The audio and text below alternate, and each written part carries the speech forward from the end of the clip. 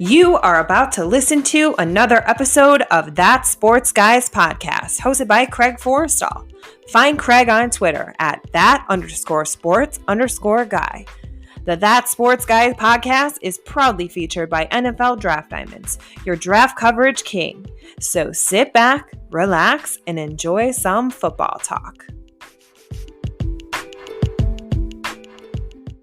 Hello and welcome to another episode of That Sports Guys podcast. I am Craig Forrestall. You might know me from Twitter as at that_sports_guy. But today it is all about Western Michigan offensive lineman Mike Caliendo. Mike, what's going on with you? Hey, nothing much. Thanks for having me on. Anytime. Glad that you could join us. And I always like to know about where it is people grew up and the towns that shaped them. You grew up in Brookfield, Wisconsin.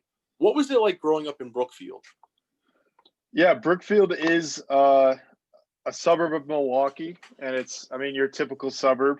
I had a great time really growing up. I grew up in a two-parent household. I have a sister and a brother. They're both older than me. My brother's living in Dallas, Texas with his wife, and my sister lives up in Fond du Lac, Wisconsin with her boyfriend, and she's a teacher. So it was a pretty normal childhood, to say the least. And then you were named All-State as a senior, and the other offensive linemen named alongside you were phenomenal. Ben Bredesen of the Baltimore Ravens, Logan Bruss and Cole Van Lanen, now with the Wisconsin Badgers, and Sam Heckel, who played at Syracuse before a medical condition forced him to stop playing. Mike, what is it about the state of Wisconsin and producing top-level talent on the O-line? Yeah, there's another guy on that list, Spencer Cans, who played here at Western, one of my teammates and my roommate now. But I think it's got to be something in the food in Wisconsin, to be honest with you. And Joe Thomas went to Brookfield Central. I went to Brookfield East, so we're from the same town. And then J.J. Watt grew up in Pewaukee, which is a neighboring town of Brookfield as well. So I really think it's got to be something in the food. I mean, there's guys year after year coming out of Wisconsin as top tier offensive linemen and doing really well both in college and in the NFL. And it's been fun to see Ben Bredesen get drafted by the Ravens and now on their squad. And then I'm sure Cole Van Lanen will follow this year or next year, getting drafted. Those guys were fun to watch in high school and fun to kind of have your name kind of side by side with them on the All-State team for sure. And Mike, you also competed on the track and field team in high school. Talk about the sports you played growing up. Yeah, my senior year we won state in track. I think I placed sixth place in shot put, and then our team won as a whole. But growing up, I played a lot of sports. Early, I played soccer, and I was pretty good at soccer. And then I've always played hockey since I was like 5 years old. I've been playing hockey, and then stopped playing my freshman year once I started to focus on football. I played baseball growing up. My brother played college golf, so our family's a big golf family. So that's what a lot of the times on the weekends, that's what you'll see my brother and my dad and I doing growing up. And it really was, I think I credit a lot of my athletic ability to being able to play all those different sports growing up, because I really think that's essential for guys developing as athletes in general. Even if you want to focus on football in the future, I think it's a big deal to be able to play a bunch of sports and kind of be an all-around athlete if you're going to play football. And now, Mike, can I stick there with you, and can I ask you a follow-up question on the hockey part? Yep. So are you talking like organized hockey or out on the lake, out on a pond, during the winter, or a little bit of both?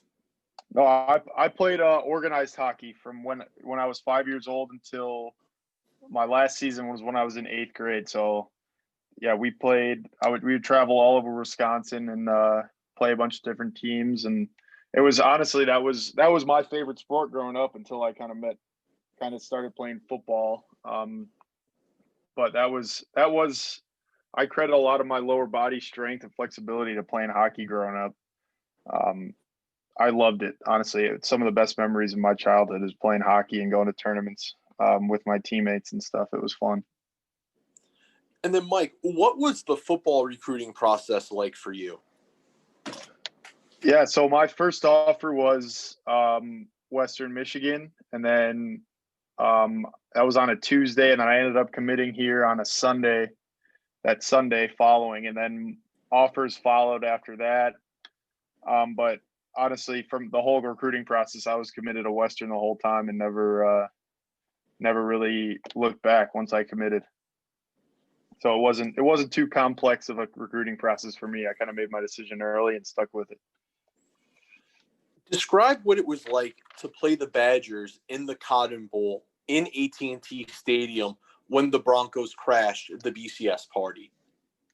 Yeah, so that was my redshirt year. So I didn't play in that game or any of the games that season, but it really was when they announced that we were going to be playing Wisconsin in the Cotton Bowl. It was pretty exciting just because growing up in Wisconsin, I was always kind of a fan of Wisconsin, just kind of just by what everyone else around me was doing. But then I had a couple of my high school teammates that were on the Wisconsin team when we played them. Alec James was defensive end for Wisconsin and played a lot that year. I think that was his senior year. And then he got picked up by the Cardinals after that as a free agent. And then Connor Allen was their holder, who was our kicker in high school. So it was fun seeing those guys and being able to play Wisconsin, even though I wasn't on the field. It was a great experience. That whole week was really fun, and it was some of the best memories I've had in my college career that week. And like you mentioned, you took a redshirt year and have started ever since, earning back-to-back All-MAC honors. Mike, what is your self-scouting report? Yeah, so my redshirt freshman year, I was not the starter for that very first game, and then the left guard Curtis Doyle got hurt right before halftime of the USC game, and then I started all the rest of the games after that. But my self-scouting report, I pride myself a lot on my quickness and speed, on being able to get out on the edge pulling and blocking guys in space, and also being able to catch linebackers on outside zone. But in addition to my speed and quickness, I think my lower body is extremely strong, and I can take on any bull rush. And the lower body strength helps a lot running inside zone and getting able to get movement off the line. And the last thing I would say is being able to pick up playbook. Like just how I am, being able to study. I've picked up great study habits just from my schooling and the rigorous schooling that I've gone through these past 4 years. And I think that'll benefit me when I get a shot in the NFL. I'll be able to pick up a playbook really quickly and able to read defenses, read the safeties, and be able to pick up any tells that they have of blitz or movements and things like that. The MAC was able to play an abbreviated schedule this fall, Mike.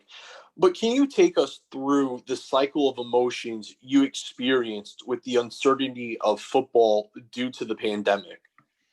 Yeah, it really was a roller coaster of emotions the whole time. I mean, for the first couple months, like after we all got shut down in March, we were still hopeful that we'd be able to play a normal season. And then as it got closer, it wasn't looking as bright.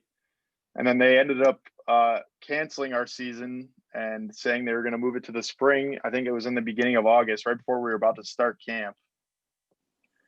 And they canceled it. And then I got together, once we saw that the Big Ten was back on after they had canceled their season, I got the number of Jarrett Patterson, the running back for Buffalo, and we we sent messages back and forth trying to figure out what we could do to try to have the Mid-American Conference and our presidents kind of follow suit of what the Big Ten did. So Jarrett and I got together and we wrote statements for our teams and got those out. And I think those made a big impact on being able to play our 6 games. And we were all really excited once they announced that we were going to get 6 games. I mean, it was 6 games, but it was at least something for us. I mean, we were, once we got back, that you could see the passion and the joy everyone had for the sport of football. It was something like I've never seen before in my career. Everyone was so excited to be able to just play the sport we all love and the sport we all have worked so hard to be successful at. So it really was a roller coaster, and in the end, it was positive being able to fight through adversity with my teammates and be able to have 6 games to play. Mike, can you talk about the impact the Western Michigan coaching staff has had on you? Yeah, absolutely. I've had 3 great offensive line coaches. My very first year, I had Coach Callahan, who's now the offensive line coach at Minnesota, and he taught me a lot in just the few months that I was able to learn from him. And then Coach Moreland did a great job for my middle 3 years, having him as our offensive line coach was fun, and he was always a great motivator and able to teach us a lot as well. And then now we switch back to Coach Bill Kenny as our offensive line coach. He was the offensive tackles coach at Penn State under Joe Paterno for a long time, and he has taught me a lot. And he holds everyone accountable to a great standard, and he doesn't care who you are. He's going to coach everybody just as hard. And really, the coaching at Western since I've been here has been great. I mean, I can't. There's nothing I can say that is negative about it. It's been awesome, and I've really enjoyed my time with the coaches and just playing for them. What are your short-term and long-term football goals, Mike? Yeah, in the short term, since I'm returning for another year in the fall of 2021, my short-term goal is to just continue to grow as a leader on our football team and continue to grow as an offensive lineman. In addition to that, I want to continue to grow as academically and in the community. But a specific goal for this season is as it always is, win a MAC championship. We fell short this year. We fell short last year. And I think that with the senior leaders we have on the team coming back this year, there's no reason why we can't. And then my long-term goals for football personally is play in the NFL and contribute whatever way I can to an organization in the NFL. And I'm willing to truly do whatever I need to do to contribute to a winning organization and continue to use my leadership skills toward the success of any organization I'm fortunate enough to be a part of. And then can you discuss what it means to be a semifinalist for the Warfall Trophy and what the award is given for? Yeah, so the Warfall Trophy is an award for community service, and the Kalamazoo community, where Western is located, has really grown. I've really grown to love the Kalamazoo community, and they support us greatly in everything we do. And being able to give back at the Kalamazoo Gospel Mission, the Ministry with Community, YWCA, various elementary schools around the Kalamazoo area, being able to serve and give those people as much as we possibly can as a team is a way that we feel like we can give back for all that the Kalamazoo community does for us. And being named as a semifinalist for the Warfall Trophy really is a credit to our whole team. I think our whole team does a great job serving and giving back to the Kalamazoo community that does so much for us. And it's really, I feel like it's a team award, because you'll find every single person on our team doing community service throughout the year. And I think that is a big deal. And it means a lot to the people in the Kalamazoo community, and it means a lot to us as well. And then, Mike, I want to go back to something you touched upon a couple of minutes ago when you made mention of your rigorous academic workload. You are a biomedical sciences major. Can you talk about how you've balanced football and that academic demand? Yep, I graduated from my undergrad in December of 2019. I graduated summa cum laude, and now I am a master's student in the Department of Biological Sciences.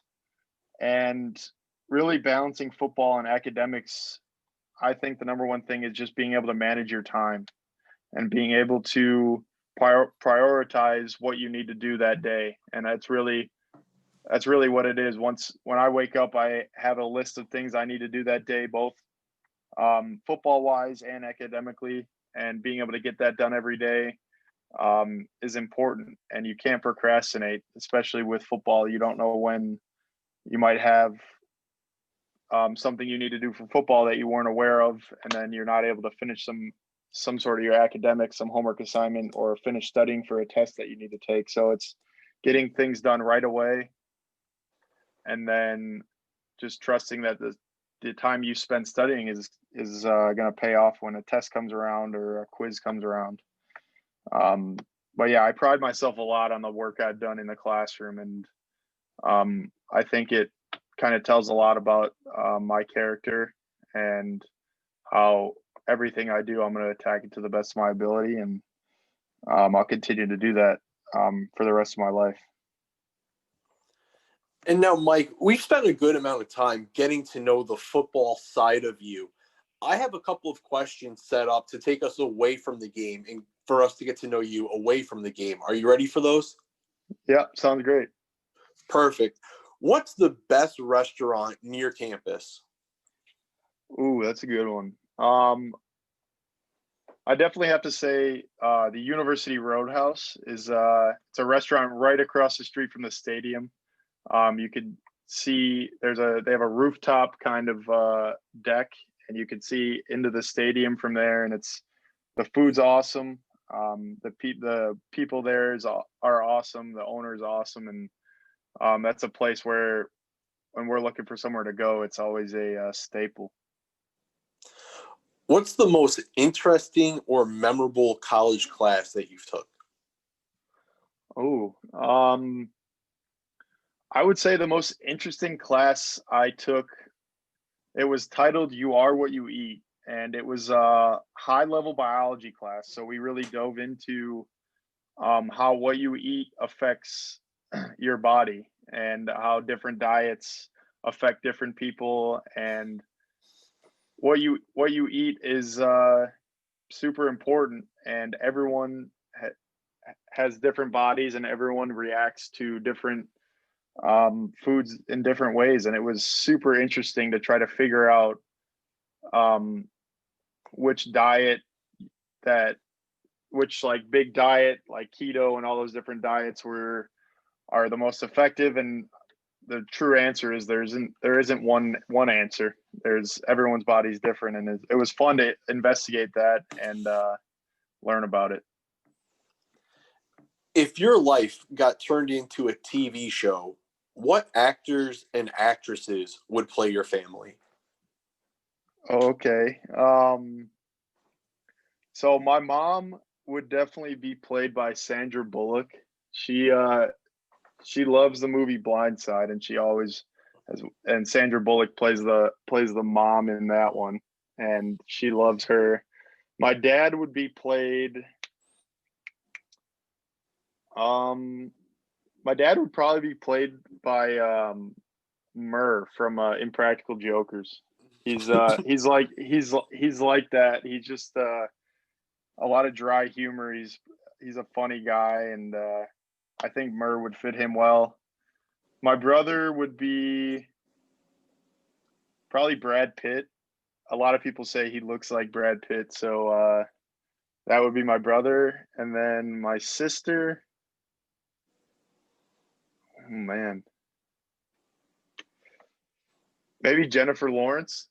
I feel like that would fit her well. I'm not really sure about that one though. And Mike, if you were invisible for a day, what would you do? Man, if I was invisible for a day, I mean, if I was invisible for a day and could go back in time, I would just like to kind of watch myself grow up and watch the different mannerisms that I've developed. And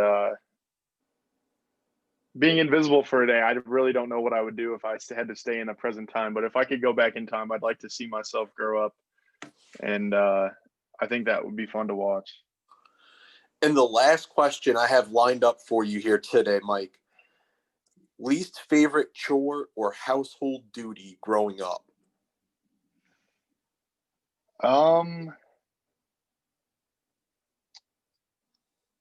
Least favorite would probably, honestly, that's an easy one. I would be like weeding the garden and like the different plant beds around the house. My mom would always have me do that, and that was my least favorite thing for sure by a mile. Ladies and gentlemen, that is Mike Caliendo, offensive lineman for Western Michigan.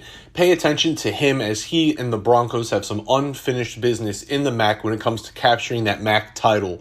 Once again, that is Mike Caliendo. Pay attention to him as he plans on returning back to the college game next season to further his dominance in the MAC. Once again, that is Mike Caliendo. I am Craig Forrestall. Until next time, stay safe and be easy.